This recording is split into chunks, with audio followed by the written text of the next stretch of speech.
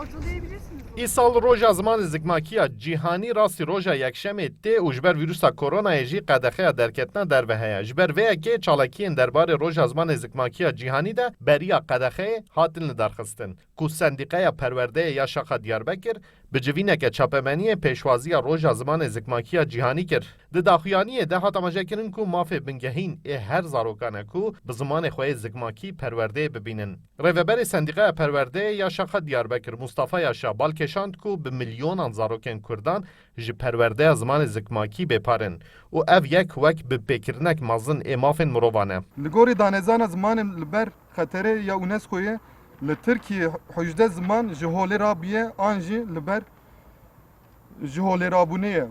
Hevpeymana mafên zarokan yan netewê yekbûyî de perwerdehiya bi zimanê zikmakî wekî mafekî bingehînê kesan tê pejirandin û asenkirina mafê perwerdehiya bi zimanê zikmakî ji yek bin pêkirin mafê mirovan ên herî mezin tê hesibandin. Di civînê de hat amajekirin ku li gorî daneyan li Tirkiyeyê zimanê zikmakiyê ji sedê hevdeyê welatiyan ne Tirkiye û di nav van de jî Kurdî di rêza yekem de ye. Perwerdekar balê dikêşin ku zarok dema bi zimanê xwe yê zikmakî perwerdeyê nebînin dibe sedema pirsgirêkên derûniyê.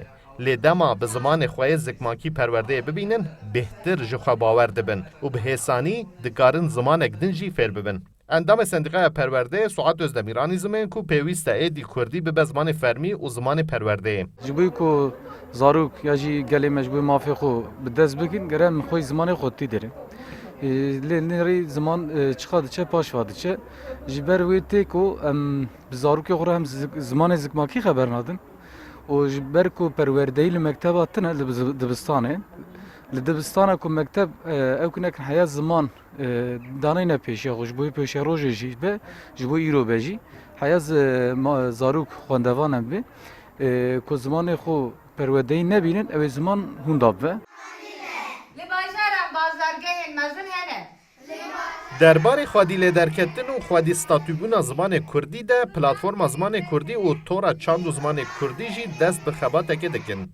Dê ji medyaya civakî helbeta îmzeyê bi sernavê ez perwerdeya zimanê zikmakî dixwazim were dest pêkirin û arman çawe ku 1 milyon îmze were komkirin û helmet dê heta 15 gulanê roja cejna zimanê Kurdî bidome.